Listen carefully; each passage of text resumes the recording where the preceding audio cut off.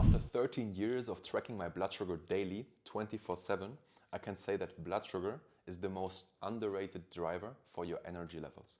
And the reason I'm saying that is that as a type 1 diabetic, I was tracking my blood sugar really 24/7 with a continuous glucose monitor, and I constantly felt, depending on how my blood sugar was rising or falling and anything, how I felt, right? How it affected my mood, my energy, and I'm also very sensitive towards that. So how is this even relevant for someone without diabetes?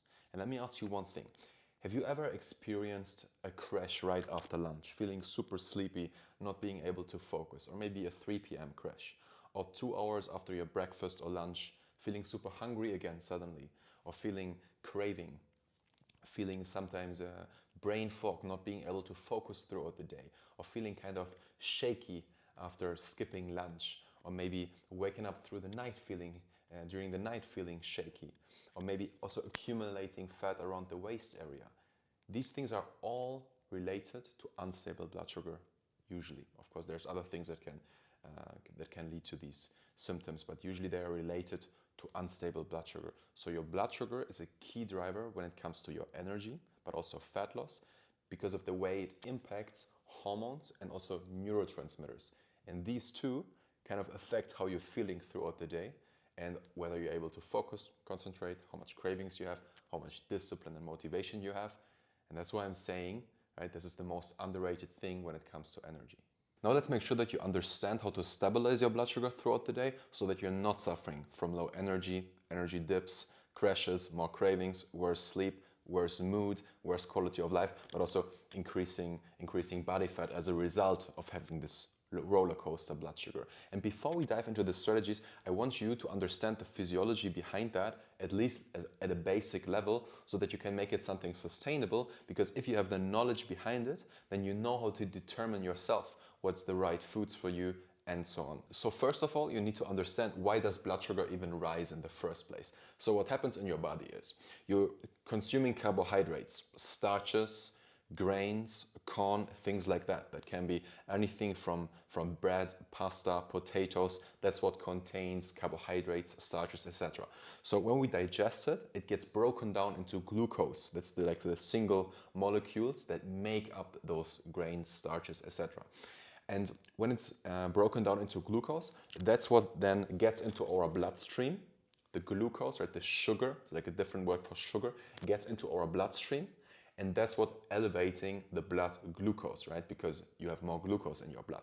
Now, what happens as a result of that is our body secretes insulin to move the sugar from the blood into our organs, because we can't have an increased blood sugar level all the time, because if it's increased, this affects again certain systems in the body, and I'll get to in a second how that works specifically. But for now, what happens is that our body secretes, our pancreas specifically secretes insulin to get that sugar out of our bloodstream into our cells, like our liver, right, our muscle glycogen, and so on, wherever your body needs the glucose, the sugar. And insulin is the only hormone in your body that can do that. So it's always insulin that is being secreted to get the sugar out of the blood. That's the basic physiology that you need to understand behind that. And whenever your blood sugar is stable, right, because insulin gets your blood sugar down to a normal level again, whenever blood sugar is stable, you feel better, you feel focused, you feel energetic, and you don't crave that much sugar. Now the question remains, how does blood sugar affect and potentially even block your fat loss? And there's two main areas here that we need to talk about. One is an indirect one, so it can indirectly affect your fat loss and progress, and the other one is more direct. Let's talk about the indirect first, because this also affects your quality of life a lot, and that's what I experience every day and have experienced in the last 13 years as a diabetic, of course. And whenever blood sugar rises because you ate something that is not necessarily blood sugar friendly, what happens is also your serotonin levels will rise, and that is a neurotransmitter that makes you feel sleepy, makes you feel like cozy, warm-ish, so what you should usually experience at night when you want to fall asleep. And when that happens, for example, at lunch, you had a big plate of pasta, you're falling asleep, you're very tired, and you're not able to focus mentally anymore. And The next thing that happens when your blood sugar drops again is you're experiencing cravings, right? This up and down, this roller coaster of your blood sugar leads to cravings. And when you're craving food, it's of course harder to stick with the caloric deficit. So for example, let's say you're tracking food, it's harder to avoid the sweets, to not eat the unhealthy stuff. So this is an indirect way how this affects fat loss, because if you have less energy, if you don't feel focused, if you start procrastinating, if you're craving more foods, you're not going to do your workouts, right? You're not active throughout the day and so on. So this obviously affects the fat loss. But also, if serotonin rises a lot throughout the day and you're feeling sleepy throughout the day a lot, you're going to have a harder time falling asleep at night. So this is this devil circle that this turns into, because if your quality of sleep is bad, then also the next day you're having more cravings, you're less focused, and so on. So keeping blood sugar stable throughout the day is crucial. So let's get there in a second as well. The tough part about this is that this isn't just a one-way street. So by now we know that the blood sugar roller coaster worsens your sleep, but also bad sleep can worsen the blood sugar roller coaster. So let's say you haven't eaten well when it comes to blood sugar friendly foods, then therefore you're not sleeping that good at night, but also sleeping very little or waking up a lot throughout the night is shown to then affect blood sugar management the next couple days and even weeks. So one can lead to the other, but also the other way around. So this is really difficult because, right, if you're not watching that, then this ends up in this devil's cycle. Now, we talked about the indirect effect, right? Blood sugar can affect your energy, can affect your cravings, therefore makes it hard to stick with certain routines. But on the other side, it also has a direct effect. And I mentioned that before when I said that whenever you're eating something with carbohydrates, your blood sugar rises and our body needs to secrete insulin, our pancreas needs to secrete insulin to get the blood sugar down and into the cells. Now, what happens as well is that insulin isn't only there to store sugar into cells, it also puts your fats into cells. So it also, if it's elevated for a long time and you're eating a lot of very starchy foods all the time and you don't really have a need for carbohydrates because you're not that active, you're not working out that much, then what happens is that also insulin will be high a lot for a long time. And that combination is difficult because, as I said, insulin also puts fats into cells. So you also start to store more body fat. So the combination of, right, having high insulin levels and then also eating a lot of carbohydrates is difficult because you're going to gain more body fat. The next thing that happens is that your body becomes, maybe you've heard of that term before, less sensitive towards insulin. So when you're secreting a lot of insulin because you eat a lot of carbohydrates, then what happens, or you're not tolerating these carbohydrates very well, then what happens is that your body continues secreting insulin and your cells start not responding to the insulin very well anymore. And that's what we call worse insulin sensitivity, or on the other side, increased insulin resistance, which can lead to type 2 diabetes over time. And the interesting part about that is that we know this is correlated with your basal metabolic rate. So the worse your insulin sensitivity and the more insulin you need to get the job done, so the more insulin your body has to secrete so that it can put the sugar into the cells and distribute it correctly, the more you need of that, the worse it is for insulin resistance, or the more it will lead to insulin resistance, and therefore will lead to you burning less and fewer calories throughout the day, because it has this negative effect on how much you're burning, which of course leads to you having a harder time losing body fat. So this is a way where like fluctuating blood sugar can directly impact how you're gaining body fat.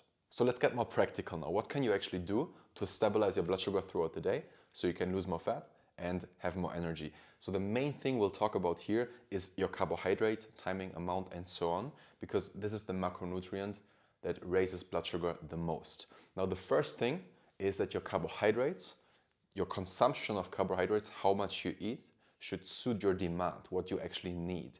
And to find out what your demand is, you can imagine it like this. So if your body weight is, for example, 70 kilograms, then your demand will be anywhere from 1 gram per kilogram to 8 gram per kilogram, right? So the lowest number of your carbohydrate in those potentially would be 70 grams a day, that you need just 70 grams of carbohydrates a day. And the highest potentially would be 560 grams a day on the other end of the spectrum. And what determines your demand and how much you need is sex, activity level, right? If you're doing 1,000 or 10,000 steps a day, for example, your training, how much you're working out, what kind of workouts you're doing, cardiovascular training, strength training, and so on.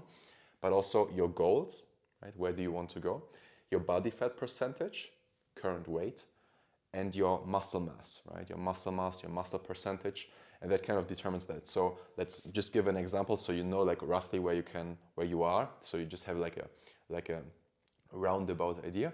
So if you're, for example, overweight, you need to lose 30 kilograms. You're not really active, so you're doing 3,000 to 4,000 steps a day. And at the same time, you're working out maybe just once a week or sometimes not at all. Then you would be on one extreme of the spectrum. You need very little carbohydrates. You just need 1 gram or maybe even less than that. So 60, 70 grams of carbohydrates a day would be enough for you. And you can think of it like this: one kind of big plate of rice, for example, like 300 grams of boiled rice would be 60 grams of carbohydrates, and that would be more than that you don't need throughout the day. And chances are you might even need a bit less than that. On the other end of the spectrum, you would be if you're, for example, a man who's working out 2 times a day or once a day, who has very high muscle mass, has very low body fat, and also doesn't want to lose any further body fat, just want to stay where they are at. They need a lot of carbohydrates, especially if they're doing a lot of strength training, plus a lot of training that needs a lot of glucose. And then they would be on the other side of the spectrum of eating 560 grams of carbohydrates a day, which is a lot.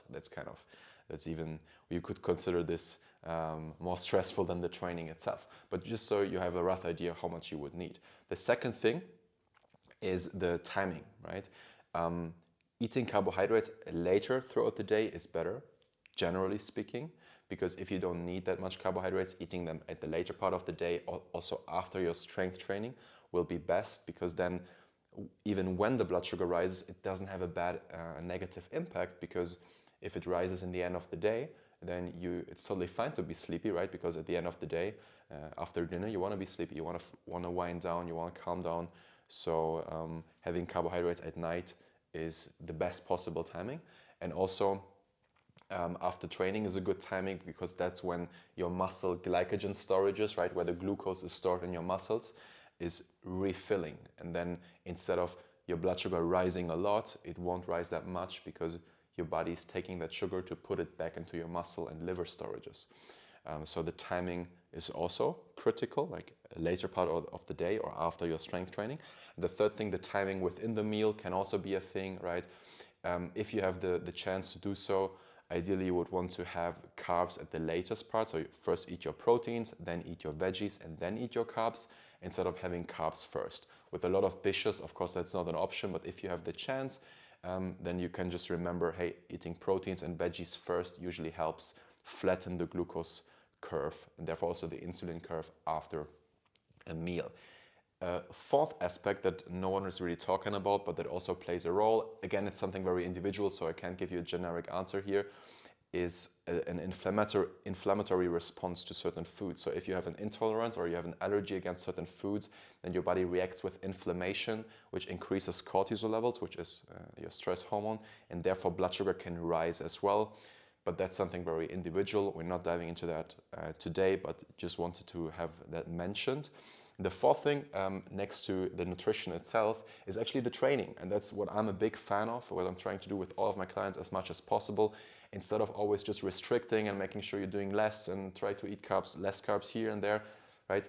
Try to increase your demand so you need more in the first place. And the best way to do that is by doing strength training and interval training, right? Also, the first podcast episode, if you haven't checked that, go ahead, listen to that, walking you through how actual interval training works. That's gold, and that's a key game changer, because if you're doing proper strength and interval training, then you will need more carbohydrates throughout your fat loss and health journey, and then you can be more relaxed, right? You can eat more carbohydrates, you don't need to watch it so closely, you can have a dessert here and there, and you also don't need to be as strict, and it's not always this race to the bottom, which is really not like a sustainable journey to be on. So do strength training, get stronger, and that's it. For me personally, this isn't theory, this is everyday life. Because if I mess something tiny up, then I feel it like crazy, right? I feel the effect on my mood, on my energy, on my focus, my cravings, and so on like crazy. And for you, that might not be the case if you don't have diabetes. I'm happy for you. But still, you should be sensitive towards how certain foods, how you react to certain foods, how it affects your energy, your cravings, and so on, because you will learn more from that than just looking at your calories, right? Because this is about your quality of life. So take this seriously. Just make sure that you like kind of in the next weeks and months, and maybe you can integrate that. It doesn't take extra time, right? But if you feel, hey, you're dropping energy, or you feel like shaky, you feel moody, you feel, I don't know, like think about what you've eaten the days before, maybe even the weeks before, but especially during the last meal, and think, and the next time you have the same food, just watch how you're feeling. So just be attentive, be aware. And that helps a ton, because these things are also individual. And I'm just giving you general information, right? This is just statistical averages, how certain foods will affect you, but this is personal in the end of the day. Because like biochemistry is something super individual, and how you react to that is different than how your best friend or your partner reacts to it. If you found any of this at least a bit helpful, it would mean the world to me if you shared this with a friend, subscribe to the podcast, if you gave me 5 stars, and otherwise I'm looking forward to the next one.